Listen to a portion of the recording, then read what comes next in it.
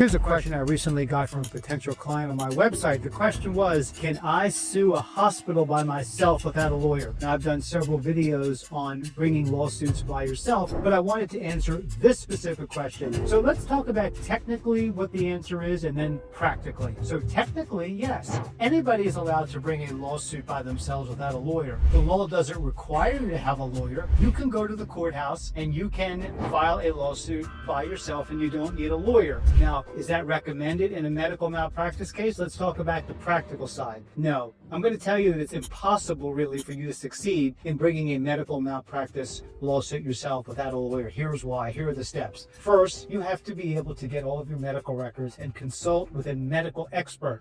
Under the law, you cannot move forward until you have a medical doctor be able to look at the records and to be able to swear under oath that medical malpractice was committed. So that's going to be your first hurdle, because most doctors are not going to want to talk to you without a lawyer because they're not going to have the confidence that you're going to know how to do the case properly. And so that's going to be hurdle number one. You're not going to be able to find a medical malpractice lawyer. That doesn't mean that you're not a smart person and that you're not a competent person. It's just, this is just a very specialized area. This is what lawyers are trained to do. Hurdle number two is you have to file a lawsuit in a proper way with the court, and that's called a complaint. And a complaint is a very detailed legal document that has to be specifically done correctly according to the rules. Not only that, you're going to have an affidavit by your medical doctor that goes along with the lawsuit for the lawsuit to even move forward. So that's hurdle number two. Hurdle number three, you're going to get a lawyer on the other side who's going to defend the case. Now, the fact that you're by yourself doesn't mean that the hospital is just going to do something without a lawyer. They're going to get a very competent lawyer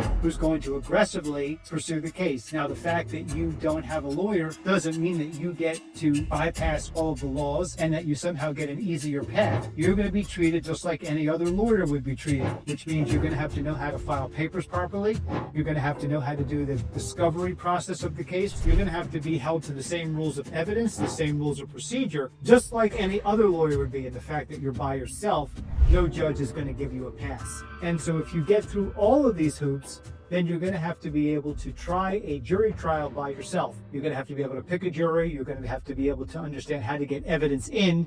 And it's going to be very difficult for you to do that because you're not a trained lawyer. And the likelihood of you even getting that far is very remote. I'm not saying this again to say that you're not a competent person, you're not a smart person. It's just that this is a very specialized area. This is lawyers who have gone to law school and have had training and have had worked under older lawyers who show them the ropes. And so medical malpractice cases are one of the most difficult cases to pursue. So the idea of you being able to do this on your own is really something that's a lost cause.